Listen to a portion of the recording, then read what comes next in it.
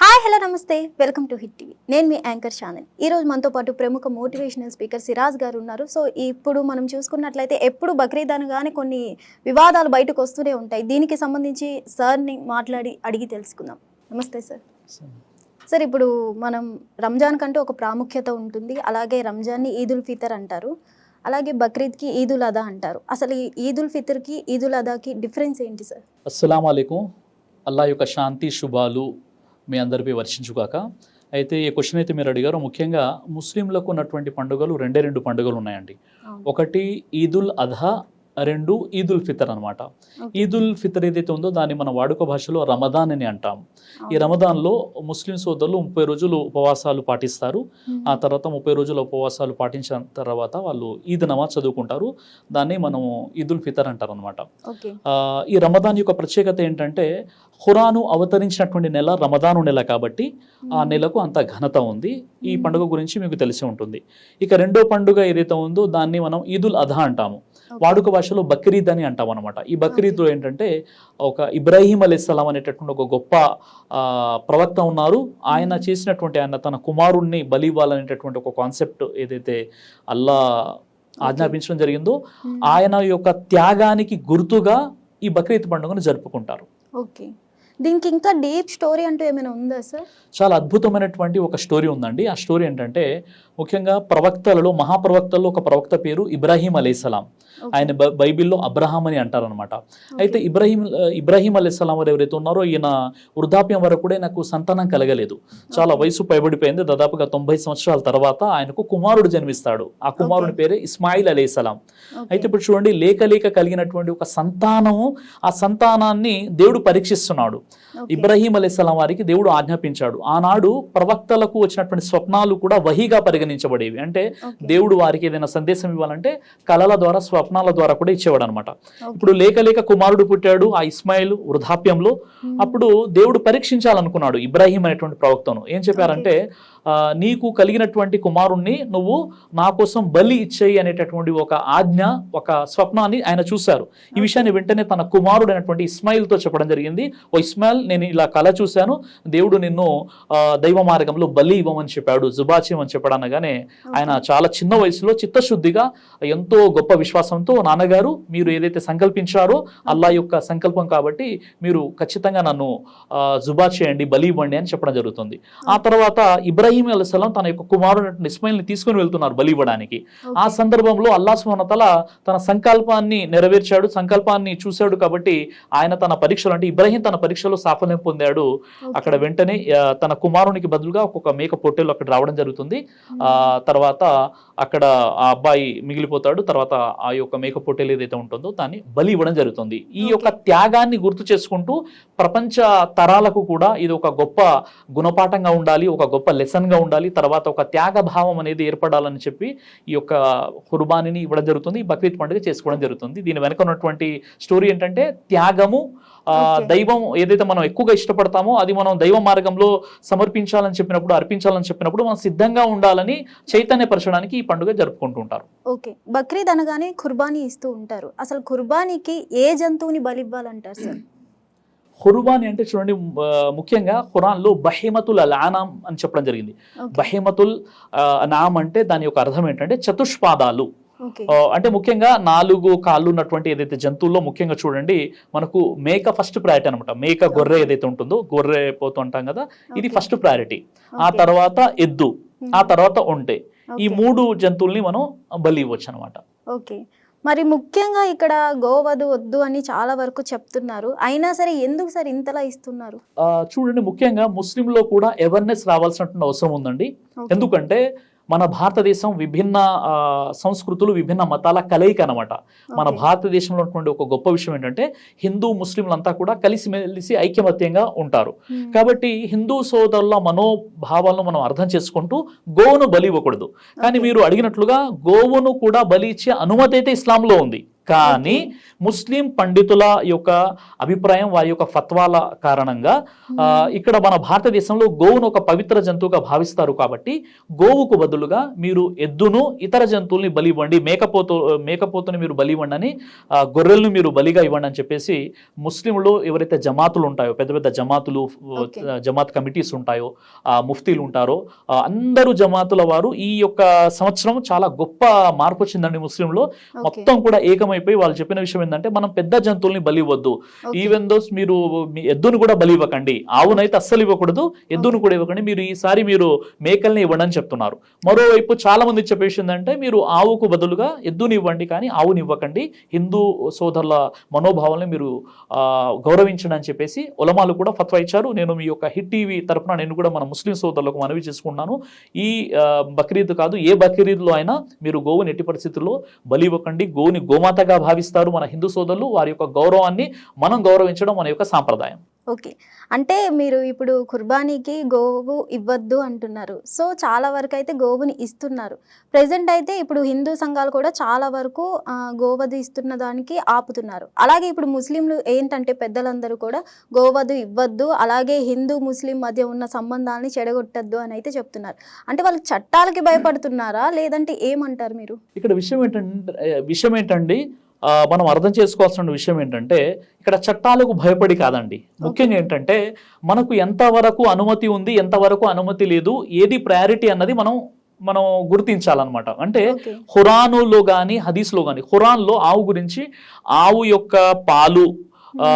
యొక్క పాలు తర్వాత పాలు, పెరుగు, నెయ్యి, ఏదైతే పాల ద్వారా ఎన్నైతే ఉత్పత్తులు ఉన్నాయో వీటి ద్వారా మీకు ఒక అద్భుతమైనటువంటి లాభాలు ఉన్నాయి, తర్వాత పంట పొలాల్లో మీరు ఉపయోగించుకోవచ్చు అని అల్లాహ్ సుబ్హానహు వ తఆలా చెప్పాడు. కానీ ఆవు కోసం ప్రస్తావన ఎక్కడైతే ఖురాన్లో చేయడం జరిగిందో అక్కడ ఆవుని మీరు బలి ఇవ్వండి ఖురాన్లో ఎక్కడ కూడా ఒక్క ఆయతలో కూడా లేదు, మొదటి విషయం. ఇక రెండో విషయం ఏంటంటే ప్రవక్త ముహమ్మద్ సల్లల్లాహు అలైహి వసల్లం వారి యొక్క బోధనలో ఎక్కడ కూడా మీరు ఆవుని ఖచ్చితంగా బలి ఇవ్వండి అని ఎక్కడ చెప్పబడలేదు. మరి ఇస్లాంలో గోమాంసాన్ని ఒకసారైనా తినాలి అని ఉందంట, చాలా అబద్ధం అండి, చాలా రూమర్స్ అన్నమాట. ఇది చాలా పెద్ద అపోహ. ఖురానులో కానీ హదీసులో కానీ ప్రవక్త ముహమ్మద్ సల్లల్లాహు అలైహి వసల్లం వారి యొక్క బోధనలో కానీ ఒక ముస్లింగా పుట్టినందుకు బాబును ఒక్కసారైనా గోమాంసం తినరయ్యా బాబు అని ఎక్కడ కూడా ఒక్క విషయం కూడా చెప్పబడలేదండి. ఇది మాత్రం నేను మీ హిట్ టీవీ తరఫున చాలా ఛాలెంజ్ గా చెప్తున్నాను, ఎక్కడ కూడా లేదు. కొంతమంది వదంతుల్ని సృష్టించేశారు అలా, వాళ్ళు ముస్లింలు కావచ్చు, ముస్లిమేతరులు కావచ్చు, కానీ ఎక్కడ కూడా గో మాంసాన్ని ఒక్కసారైనా తినాలి, తింటేనే ముస్లిం అని ఎక్కడ కూడా చెప్పబడలేదు, మొదటి విషయం. ఇక రెండో విషయం ఏంటంటే ఖురాన్ మరియు హదీసులో ప్రవక్త ముహమ్మద్ సల్లల్లాహు అలైహి వసల్లం వారు తన జీవితంలో ప్రవక్త వారు వ్యక్తిగతంగా ఆయన ప్రతి బక్రీద్లో ఆయన ఏంటంటే గొర్రెపోతులను బలి ఇచ్చేవారు, 2 గొర్రెపోతులను బలి ఇచ్చేవారు. అంటే ప్రవక్త ముహమ్మద్ సల్లల్లాహు అలైహి వసల్లం వారు తన పూర్తి జీవితంలో తన వ్యక్తిగతంగా తన పేరుతో ఎప్పుడు కూడా ఆయన గోను బలిగా ఇవ్వలేదు. కాబట్టి ప్రవక్త ముహమ్మద్ సల్లల్లాహు అలైహి వసల్లం చెప్పినటువంటి మీరు ఒక అద్భుతమైన విషయం అండి, అదేంటంటే ప్రవక్త వారు ఆవు గురించి చెప్పిన విషయం ఏంటంటే ఆవు పాలల్లో మీకు స్వస్థత ఉంది, ఆవు పాలల్లో మీకు స్వస్థత ఉంది, ఆవు మాంసంలో వ్యాధి అని చెప్పారు. కాబట్టి నిజంగా చెప్పాలంటే ఆవు మాంసాన్ని తినకపోవడమే ఉత్తమం అన్నమాట. ఎక్కడ కూడా మనకు మీరు తింటేనే ముస్లిం అని చెప్పబడలేదు, ఖచ్చితంగా ఖుర్బానీ ఇవ్వాలని చెప్పబడలేదు. కాబట్టి ఇక్కడ మన భారతదేశంలో ఉంటున్నటువంటి ఏదైతే మన హిందూ సోదరుల యొక్క మనోభావాన్ని దృష్టిలో పెట్టుకొని మన ముస్లిం సోదరులలో పండితులు ఎవరైతే ఉంటారో, ఉలమాలు ఎవరైతే ఉంటారో వాళ్ళు కూడా ఫత్వాలు జారీ చేశారు. కాబట్టి మనం గోవును బలి ఇవ్వకపోవడం మంచిది. ఓకే, అంటే ఖుర్బానీ ఇవ్వడానికి కొన్ని నియమాలు అంటూ ఏమైనా ఉంటాయా సార్? అంటే ఆ ఖుర్బానీ మాంసం కూడా వేరే వాళ్ళకి ఇవ్వకూడదు, అది పంచడానికి కూడా కొన్ని నియమాలు ఉంటాయి అంటారు. ఇది కూడా చాలా పెద్ద అపోహ అండి. ఖుర్బానీ జంతువుని మనం ఒక మేకపోతునో ఒక గొర్రెపోతునో మనం బలి ఇచ్చిన తర్వాత దాన్ని అంటే జుబా చేసిన తర్వాత 3 భాగాలుగా చేయాలండి. 3 భాగాల్లో ఒక భాగం స్వతహాగా నేను ఖుర్బానీ ఇస్తున్నాను కాబట్టి నేను తీసుకోవాలి, రెండో భాగాన్ని పేదలకు ఇవ్వాలి, ఆ పేదల్లో మీ చుట్టుప్రక్కల ఉన్నటువంటి హిందువులకు కూడా మీరు ఖుర్బానీ మాంసాన్ని పంచవచ్చు. ఈ 3వ భాగం ఏంటంటే మన బంధువులు ఎవరైతే రక్త సంబంధికులు ఉన్నారో వాళ్ళ హక్కు ఉంటుంది అనమాట. ఈ 3 భాగాలు, అందులో 3 భాగాలు ఒక భాగం మనం తీసుకోవాలి, రెండవ భాగం ఏమో పేదలకు, 3వ భాగం మన బంధువులకు ఇవ్వాలి. అయితే ముస్లిమేతరులు ఒక ముస్లిం హిందువులకు కూడా ఖుర్బానీ మాంసం ఇవ్వచ్చు, అందులో చాలా మంచి విషయమే తప్ప ఎక్కడ కూడా ఇవ్వకూడదని చెప్పబడలేదు. ఓకే, అసలు ఖుర్బానీ అనేది ఎవరి పేరు మీద ఇస్తారు సార్? ఖుర్బానీ అనేది ఇప్పుడు నేనున్నానండి, నా కుటుంబం ఉంది, నా ఫ్యామిలీ తరపు నుండి నేను ఖుర్బానీ ఇస్తాను. నేను ఇప్పుడు ఇంట్లో ఒక 10 మంది ఉన్నారనుకోండి, ఆ 10 మందిలో ఇంటి యజమాని ఎవరైతే ఉంటారో ఆ ఇంటి యజమాని పేరు మీద ఖుర్బానీ ఇవ్వడం జరుగుతుంది.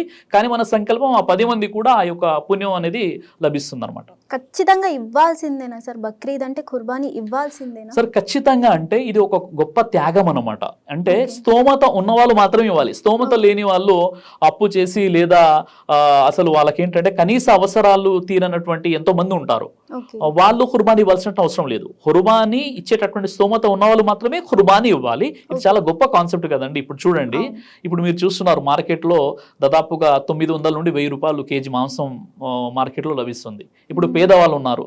ఇప్పుడు నేను కుర్బానీ ఇస్తే ఒక భాగం మాత్రం నేను తీసుకుంటున్నాను, మిగతా 2 భాగాల్లో ఒక భాగం పేదవాళ్ళకి పంచుతున్నాను, ఇంకో భాగాన్ని బంధుమిత్రులకు ఇస్తున్నాను. కాబట్టి ఇది ఒక త్యాగ భాగం.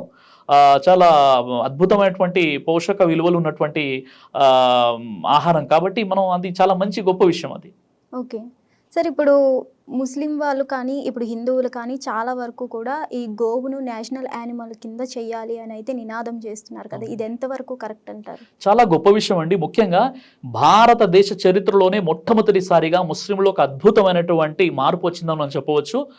మీరు చూడవచ్చు అనమాట, వెస్ట్ బెంగాల్లో ఇప్పుడు మీరు చూసినట్లయితే అక్కడ ఎంతో మంది హిందూ సోదరులు రోడ్ల మీదకి వచ్చేసి ప్రొటెస్ట్ చేస్తున్నారు. ఎందుకంటే మా గోవుల్ని కొనండి, మేము లక్షలు పెట్టేసి గోవుల్ని కొనేసాము అని చెప్పేసి మీరు చూడండి ఎన్నో వీడియోలు వైరల్ అవుతున్నాయి. వాళ్ళు ఏంటంటే ప్రొటెస్ట్ చేస్తున్నారు, వాళ్ళు ఏంటంటే బ్రతిమలాడుతున్నారు, ముస్లింలారా మీరు గోవుల్ని కొనండి అని చెప్పేసి. అంటే 2 విషయాలండి ఇక్కడ. ఒక విషయం ఏంటంటే ముస్లింలలో మార్పు రావడం అనేది గొప్ప విషయము. ఆ విషయం ఏంటి, ఇప్పుడు మన కౌన్ ఏంటంటే ఒక నేషనల్ యానిమల్ గా, ఒక జాతీయ జంతువుగా ప్రకటించాలి అని చెప్పేసి ఏదైతే ముస్లింలు డిమాండ్ చేస్తున్నారో అది చాలా గొప్ప విషయం, దాన్ని మనం స్వాగతించాలి. ఇక రెండో విషయం ఏంటంటే ఇప్పుడు ముస్లింలు ఆర్ఎస్ఎస్, బీజేపీ, విశ్వ హిందూ పరిషత్ వాళ్ళతో కలిసి పనిచేయాల్సిన అవసరం ఉందండి. ఎందుకంటే ఎవరైతే గోరక్షక్ దళ్ ఉన్నారో, ఎవరైతే ఆర్ఎస్ఎస్ ఉన్నారో, ఎవరైతే నిజమైన స్వచ్ఛమైనటువంటి బీజేపీ వాళ్ళు ఉన్నారో, అందులో కూడా 2 వేరేగా ఉంటారో, అది పక్కన పెట్టేస్తే ఎవరైతే నిజంగా గోవుని రక్షించాలని చిత్తశుద్ధిగా పనిచేసేటటువంటి వ్యక్తులు ఉన్నారో వాళ్ళతో కలిసి ముస్లిమ్స్ ఈరోజు బయటికి వచ్చేసి వాళ్ళు ప్రొటెస్ట్ చేయాల్సిన అవసరం ఉంది. ఇప్పుడు చూడండి, మనం చూసినట్లయితే ఎక్కువగా ఇప్పుడు మనకు బీజేపీ ఉంది, మనకు ఎక్కువ బీజేపీ ఉంది. కాబట్టి ఇప్పుడు మనం ఒక పార్లమెంట్లో ఒక బిల్ పాస్ చేసేసి గోవుని నేషనల్ యానిమల్ గా ప్రకటించినట్లయితే, జాతీయ జంతువుగా ప్రకటించినట్లయితే ఎవరు దాన్ని అడ్డుకుంటారండి చెప్పండి? ఏ ముస్లిం కూడా ఇంతవరకు అడ్డుకోవట్లేదు కదా. మేము కోరుతున్నాం, ఒక ముస్లింగా మా డిమాండ్ ఏంటంటే గోవును మీరు జాతీయ జంతువుగా, గోమాతను జాతీయ జంతువుగా మీరు ప్రకటించండి, దానికి మేము పూర్తి సపోర్ట్ ఇవ్వడానికి మేము సిద్ధంగా ఉన్నాం. ఓకే సార్, ఇప్పుడు హజ్కు బక్రీద్కు సంబంధం ఏంటి సార్? ఇప్పుడు హజ్కు బక్రీద్కు సంబంధం ఏంటంటే, ఇంతకుముందుకు ఏదైతే మీకు స్టోరీ చెప్పానో, ప్రవక్త ఇబ్రాహీం అలైహిస్సలాం వారు తన యొక్క కుమారుడైనటువంటి ఇస్మాయిల్ని బలివ్వడానికి ఏదైతే ఆయన ఒక త్యాగం చేసే సంకల్పంతో వచ్చారో, అప్పుడు అల్లాహ్ సుబ్హానహు వ తఆలా ఆయన త్యాగాన్ని స్వీకరించేసి ఆయా కుమారునికి బదులుగా ఒక గొర్రెపోతుని అక్కడ ఏర్పాటు చేయడం జరిగింది. ఏదైతే స్టోరీ ఉందో అవన్నీ కార్యక్రమాలు ఏవైతే ఉన్నాయో అక్కడ సంవత్సరానికి ఒకసారి ప్రపంచ ముస్లింలంతా కూడా హజ్కు వెళ్ళిపోతారు. ఆ హజ్లో ఏంటంటే హాజిరా అలైహిస్సలాం, అంటే ఇబ్రాహీం అలైహిస్సలాం యొక్క భార్య హాజిరా అలైహిస్సలాం, ఇబ్రాహీం అలైహిస్సలాం వారు ఒక కొండ ప్రాంతంలో, ఎడారి ప్రాంతంలో తీసుకెళ్లి అక్కడ ఆమెని వదిలేయడం జరిగింది. అల్లా ఆజ్ఞ ప్రకారంగా అక్కడ ఎలాంటి వాటర్ లేదన్నమాట. అలాంటి సందర్భంలో అక్కడ జంజం వాటర్ దేవుడు ఏర్పాటు చేయడం జరిగింది అల్లాహ్ సుబ్హానహు వ తఆలా. ఆ తర్వాత ఆమె సఫా మర్వా కొండల మధ్య అటు ఇటు తిరగడం అనేటువంటి ఒక ప్రక్రియ ఉంది. తర్వాత ఇబ్రాహీం అలైహిస్సలాం వారు ఎప్పుడైతే తన కుమారుణ్ణి బలివ్వడానికి వెళ్తున్నప్పుడు శైతాను ప్రలోభ పెడతాడనమాట. ఏంటంటే ఆయన చెడగొట్టే ప్రయత్నం చేస్తున్నప్పుడు జిబ్రీల్ అలైహిస్సలాం వారు ఏమంటారంటే, జిబ్రీల్ అంటే గాబ్రియల్ దూత ఏమంటారంటే, నువ్వు 7 సార్లు రాళ్ళు రువ్వు అని చెప్తారు. అదొక పద్ధతి. ఇప్పుడు వెళ్ళిన వాళ్ళు ఏంటంటే హజ్ కోసం వెళ్ళిన వారు ఆ చోట జమరాత్ అంటారు, అక్కడ రాళ్ళు రువ్వుతారు. తర్వాత అరఫాత్ ఒక మైదానం ఉంటుంది, అక్కడ మొత్తం లక్షల మంది, ఇప్పుడు ఈ సంవత్సరం 16 లక్షల కంటే ఎక్కువ మంది ప్రపంచవ్యాప్తంగా హజ్ యాత్రకు వెళ్ళిపోయారు అరఫాత్ మైదానంలో. ఈ రోజు అరఫా మైదానం అంట, అందరూ రోజా ఉన్నారు, నేను కూడా అల్లా దేవుల రోజా ఉన్నాను, రేపు కూడా రోజా ఉండాలి. అయితే విషయం ఏంటంటే ఈ అరఫా మైదానంలో ఉండి ప్రార్థన చేస్తుంటారు. ఇది మొత్తం ఏంటంటే ఏదైతే ఇబ్రాహీం వారు, హాజిరా, తర్వాత తన కుమారుడు ఇస్మాయిల్ వారు అల్లా మార్గంలో వారు ఎంత కష్టపడ్డారు, వారి యొక్క సహనము, వారి యొక్క భయభక్తులు, వారి యొక్క సంకల్పం, ఇవన్నీ కూడా ఒక ఆచరణాత్మకంగా ఎవరైతే ముస్లింల్లో ఎవరైతే స్థితిమంతులు, ధనవంతులు ఉంటారో, అంటే వాళ్ళకు ఆ ఖర్చులు భరించేటటువంటి శక్తి ఉన్నటువంటి వారు జీవితంలో ఒక్కసారైనా వారు హజ్ యాత్రకు వెళ్ళాలి. హజ్ యాత్రకు వెళ్ళినప్పుడు ఇబ్రాహీం అలైహిస్సలాం వారి యొక్క ఈ నియమాలు ఏవైతే ఉన్నాయో నేను మీ ముందు చెప్పాను, ఇవన్నీ కూడా అక్కడ ప్రాక్టికల్గా ఆచరిస్తారనమాట. ఓకే అక్కడ అందరూ కూడా కేవలము దైవం ముందు సమావేశపరచబడతారు, హాజరవుతారు. లబ్బైక్ అల్లాహుమా లబ్బైక్ అని అంటుంటారు. అక్కడ రాజు అయినా రైతు అయినా కేవలం ఎహ్రాం దుస్తుల్లో ఉంటారు. తర్వాత ఎవరికి ఎలాంటి స్పెషల్ దర్శనాలు కానీ స్పెషల్ ఇది కానీ ఉండదు. అంతా కూడా దైవం దృష్టిలో సమానంగా ఉంటారు. ఆ దృశ్యం మొత్తం కూడా ఆ ఖియామత్ రోజుని తలపిస్తుంది అనమాట. అంటే అంత గొప్ప ఒక సోదరభావం అక్కడ కనిపిస్తుంది. ఇబ్రాహీం అలైహిస్సలాం తన కుమారుడు ఇస్మాయిల్, హాజర్ అలైహిస్సలాం దైవం యొక్క పరీక్షకు ఏ విధంగా గురైపోయారు, ఎన్ని త్యాగాలు చేశారు, ఇవన్నీ విషయాలు కూడా అక్కడ ప్రాక్టికల్గా ఈ హజ్ సందర్భంగా చేస్తారనమాట. దానికోసమే హజ్ అనేది ఉంది. ఓకే సార్, ఒక క్వశ్చన్ అడుగుతున్నాను. ఎందుకంటే ప్రభుత్వం ఈ రోజుల్లో కుల మతాలతో ఆడుకుంటుందంటారా? ఎందుకు అడుగుతున్నానంటే ఇప్పుడు బహిరంగ ప్రదేశాల్లో బక్రీద్కి నమాజ్ కూడా చేయకూడదు అని అంటున్నారు. ఇది ఎంతవరకు కరెక్ట్ అంటారు? చూడండి, ప్రభుత్వము మైనారిటీల మత విశ్వాసాలతో ఆడుకుంటుందా అని ఏదైతే మీరు క్వశ్చన్ అడిగారో దాన్ని నేను యాక్సెప్ట్ చేయండి అండి. ఎందుకంటే నిజంగా చెప్పాలంటే యాజ్ ఏ ఒక ముస్లింగా మీరు రోడ్ల మీద మొత్తం ఏంటంటే నిర్బంధించేసి రానుపోను ఎవరైతే రాకపోకలకు అంతరాయం కలిగించేసి అక్కడ నమాజ్ చదువుకో అని ఏ ఖురాన్లో చెప్పబడలేదు, ఏ హదీస్లో చెప్పబడలేదు, ప్రవక్త ముహమ్మద్ సల్లల్లాహు అలైహి వసల్లం వారు కూడా చెప్పలేదు అనమాట. అంటే ఒక ముస్లింగా నేను నమాజ్ చేస్తున్నానంటే నేను ప్రపంచాన్ని ఉద్ధరించట్లేదు, నన్ను నేను సంస్కరించుకుంటున్నాను. నేను నమాజ్ చదువుతున్నా అంటే నేను భారతదేశ జీడిపిని పెంచట్లేదు. నేను నన్ను నేను సంస్కరించుకోవడం ద్వారా భారతదేశాన్ని నేను ఉపయోగపడతాను. అలాంటప్పుడు మీరు ఒక హైవేల మీద లేదా పబ్లిక్ ఆటంకం కలిగించే రాకపోకలను నిర్బంధించేసి నమాజ్ చదవాలని ఇక్కడ ఖురాన్లో లేదు, హదీసులో లేదు, ప్రవక్త ముహమ్మద్ సల్లల్లాహు అలైహి వసల్లం వారి యొక్క బోధనలలో కూడా లేదు. కాబట్టి అది యూపీ నుండి మన యోగి ఆదిత్యనాథ్ గారైనా తర్వాత ఇతర రాష్ట్రాల నుండి ముఖ్యమంత్రులైనా వాళ్ళు కఠినంగా చెప్పినప్పుడు ప్రేమపూర్వకంగా చెప్పాలి. కానీ కఠినంగా ఒక రిలీజన్ని టార్గెట్గా చేసుకోవడం చెప్పడం మాత్రం సరైన విషయం కాదు. అయితే ఇప్పుడు ఉదాహరణకి చూడండి, ఇప్పుడు కొంతమంది వాళ్ళ యొక్క ఎమర్జెన్సీ సిచ్యువేషన్ ఉంటుంది. అంటే వాళ్ళ యొక్క పనులు ఉంటాయి. ఒక వ్యక్తికి ఎయిర్పోర్ట్కి వెళ్ళాలి, ఒక వ్యక్తికి హాస్పిటల్కి వెళ్ళాలి, ఒక వ్యక్తి తన వైద్య అవసరాల కోసం వెళ్ళాలి. ఇప్పుడు అలాంటి సందర్భంలో మెయిన్ రోడ్లని ఏంటంటే నిర్బంధించేసి రాకపోకలకు ఆటంకం కల్పించేసి పర్మిషన్ లేకుండా అక్కడ నమాజ్ చేయడాన్ని ఇస్లాం ఎట్టి పరిస్థితుల్లో అనుమతించదు. అయితే మీరు ఏం చేయాలి? మీరు మీ ఈద్గా మీ మసీదుకి ఎంతమంది వస్తారు మీకు ఒక ఐడియా ఉంటుంది. వాళ్ళకు వచ్చే ఏర్పాట్లు చేయండి. మీరు రోడ్లను నిర్బంధించేసి పబ్లిక్ అంతరాయం కలిగించేసి ఇలా చేయడం ఇస్లాంలో ఎట్టి పరిస్థితుల్లో అనుమతి లేదు. ఒకవేళ చేయాలి అని అనుకుంటే ఆల్టర్నేట్గా వేరే దారిని ఏర్పాటు చేసి ప్రభుత్వం నుండి పర్మిషన్ తీసేసుకొని ట్రాఫిక్ పోలీస్ తర్వాత లా అండ్ ఆర్డర్ వీళ్ళందరి సమక్షంలో వీళ్ళ సహాయ సహకారాలతో ఉంటే ఆ రోడ్లో అత్యవసర మార్గంలో ఎటు మళ్లించాలి, ఎంతసేపు ఇక్కడ నమాజ్ చేయాలి, ఈ రోడ్ని ఎంతసేపు మనం బ్లాక్ చేయాలి, ఇవన్నీ ప్లానింగ్తో చేయొచ్చు అనమాట. కానీ మీరు అడిగినటువంటి ప్రశ్న ఏదైతే ఉందో మైనారిటీల మత భావాలతో ఈ గవర్నమెంట్ ఆడుకుంటుందంటే దాన్ని నేను యాక్సెప్ట్ చేయను. ఎందుకంటే ఇస్లాంలో ఎక్కడ కూడా ఇతరులకు ఆటంకం కలిగించేటువంటి భక్తి అది ఒక భక్తే కాదు. ఓకే సార్, బెంగాల్లో ఇప్పుడు గోవధని టోటల్లీ బ్యాన్ చేయడం జరిగింది. అలాగే రానున్న రోజుల్లో అన్ని రాష్ట్రాల్లో ఇలా బ్యాన్ చేస్తారంటారా సార్? మ్యాక్సిమం బ్యాన్ అయ్యేటటువంటి అవకాశం ఉండొచ్చు, ఉండకపోవచ్చు. ఎందుకంటే దాదాపుగా ఇప్పుడు 14 సంవత్సరాలు అయిపోయిందండి బీజేపీ.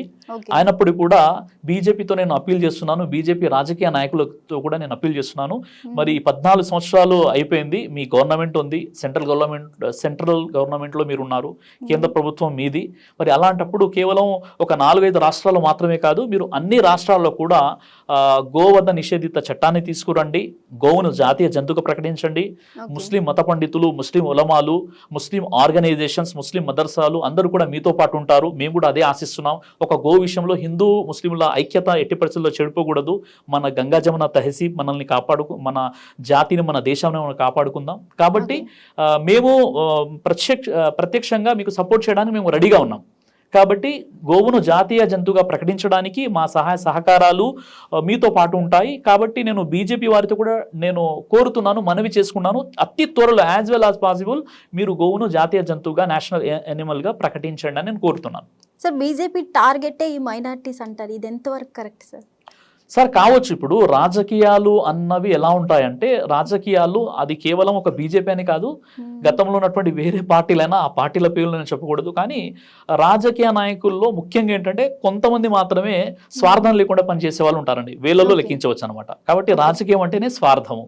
మరి ఇప్పుడు ఒక మతపరంగా ఉన్నటువంటి ఆర్గనైజేషన్లోనే ఒక ఆర్గనైజేషన్ ఇంకో ఆర్గనైజేషన్ మీద దుమ్మెత్తిపోస్తుంది. వాళ్ళు ఇప్పుడు చూడండి, ఇప్పుడు హిందువులోనే కొన్ని సెక్ట్స్, కొన్ని వర్గాలు ఉన్నాయి, తర్వాత ముస్లింలో కొన్ని కొన్ని జమాతులు ఉన్నాయి, అంటే ఒకరంటే ఒకరికి పడని వాళ్ళు కూడా ఉన్నారు. మరి అలాంటప్పుడు ఈ రాజకీయంలో ఇంకెన్ని వర్గాలు ఉంటాయి, ఇంకా ఎన్ని వాళ్ళలో విభేదాలు ఉంటాయి, ఎంతగా వాళ్ళలో విషయం ఉంటుంది. కాబట్టి రాజకీయ నాయకుల యొక్క ఉద్దేశమే విభజించు మరియు పాలించు. కాబట్టి వాళ్ళు కేవలం ముస్లింలను టార్గెట్ చేస్తున్నారంటే గతంలో కూడా వేరే పార్టీలు కూడా చేయలేదు అని కాదు అనమాట. కాబట్టి వీళ్ళు ఎక్కువ చేస్తున్నారు, వాళ్ళు తక్కువ చేశారు.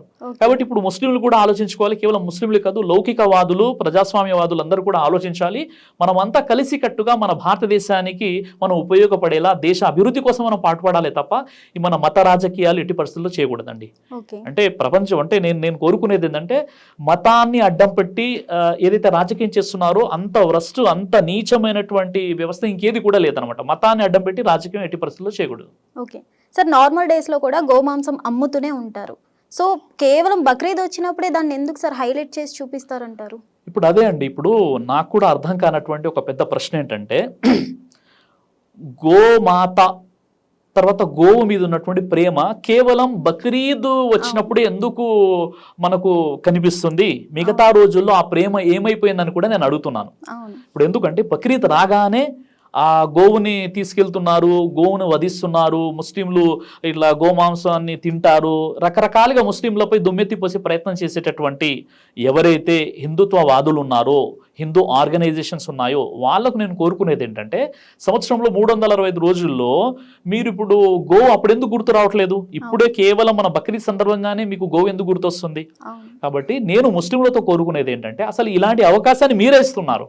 కొంతమంది ఎవరైతే గోవుని తినే ప్రయత్నం చేస్తున్నారో, గోమాంసం తింటున్నారో, లేదా గోవుల్ని కొనుక్కొని వస్తున్నారో వాళ్ళకు కూడా నేను మనవి చేస్తున్నాను. మీరు ఒక అవకాశం ఇస్తున్నారు కాబట్టి వాళ్ళు వస్తున్నారు, అలాంటి అవకాశం మీరు ఇవ్వకండి. నేను హిందూ ఆర్గనైజేషన్స్ ఏవైతే గోమాతను కాపాడడానికి హిందూ ఆర్గనైజేషన్స్ ఏవైతే ప్రయత్నం చేస్తున్నాయో వాళ్ళతో నేను కోరుకునేది ఏంటంటే ఇప్పుడు ఆవుని మీరు అంటే హిందువులు ఆవుని అమ్మితేనే ముస్లింలు కొంటున్నారు కదా.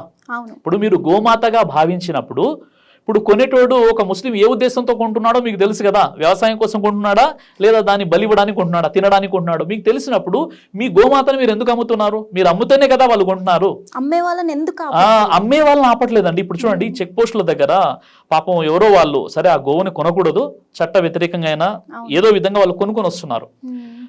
ఆ గోమాతల్ని అక్కడ టోల్ గేట్ల దగ్గర ఏదైతే ఆపుతున్నారో లేదా వాళ్ళని వెంబడించేసి ఏదో పెద్ద విధ్వంసాన్ని సృష్టిస్తున్నారో, మీరు ఎవరైతే అమ్ముతున్నారో అక్కడ మీరు కఠినమైనటువంటి నిబంధనలు పెట్టేసి ముస్లింలకు ఏ హిందూ కూడా గోవును అమ్మొద్దని చెప్పేసి మీరు ఒక నిబంధనలు పెట్టండి. వాళ్ళ దగ్గరికి వెళ్ళి మీరు మాట్లాడండి, ఆ రైతులతో మాట్లాడండి.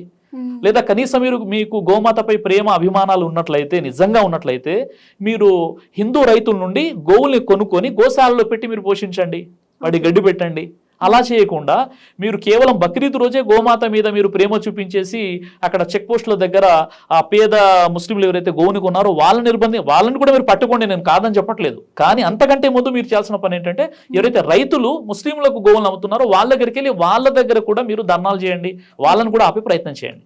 ఓకే సార్, ఓన్లీ ముస్లిమ్స్ తింటారు అంటున్నారు కానీ వేరే మతాలు ఎవరు తినరంటారా ఈ గోమాంసం అనేది? ముఖ్యంగా చూడాలంటే మీరు చాలా వరకు అండి ఇది ఒక కాంట్రవర్సీ క్వశ్చన్. వాస్తవంగా చెప్పాలంటే, నిజంగా చెప్పాలి అంటే ఈరోజు బీఫ్ని ముస్లింల కంటే ఎక్కువగా ఇతర వర్గాల వారు తినే వాళ్ళు ఎక్కువగా ఉన్నారు. బీఫ్ని ఎక్కువగా అంటే గోమాంసం అయినా అది బీఫ్ అయినా ఏదైనా ఎక్కువగా ముస్లింల కంటే వేరే వర్గాల వారు, హిందువులు ఉన్నటువంటి వేరే జాతుల వాళ్ళు తినే వాళ్ళు ఉన్నారు. వాళ్ళని ఎవరు కూడా నిర్బంధించరు, వాళ్ళని ఎవరు కూడా ప్రశ్నించారు, కేవలం ముస్లిమే ప్రశ్నిస్తుంటారు. కాబట్టి నేను ముస్లింలతో కోరుకునేది ఏంటంటే మీరు గోవుని హత్య చేయకండి, గోమాంసం తినకండి. గోవు మాంసం తింటేనే ముస్లిం అని ఎక్కడ చెప్పబడలేదు. కాబట్టి అసలు గోవు జోలికే వెళ్ళొద్దని నేను ముస్లింలతో కోరుతున్నాను. ఎందుకంటే హిందువుల మనోభావాల్ని కాపాడడం కూడా గౌరవించడం కూడా ముస్లింగా మన కర్తవ్యం. కాబట్టి హిట్ టీవీ యాప్, ఇందులో short news, live news, entertainment shows, movies, digital magazines తో పాటు మీ జిల్లా వార్తలను కూడా ఫ్రీగా చూడొచ్చు.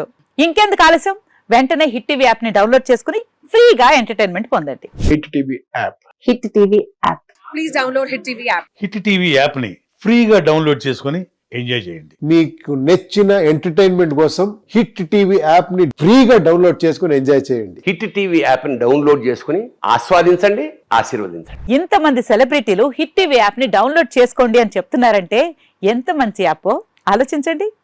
అమెరికా అమెరికా అమెరికా అమెరికాలో చదవాలనుకునే వాళ్ళకి విశ్వసనీయమైన పేరు మన శౌర్య కన్సల్టెన్సీ.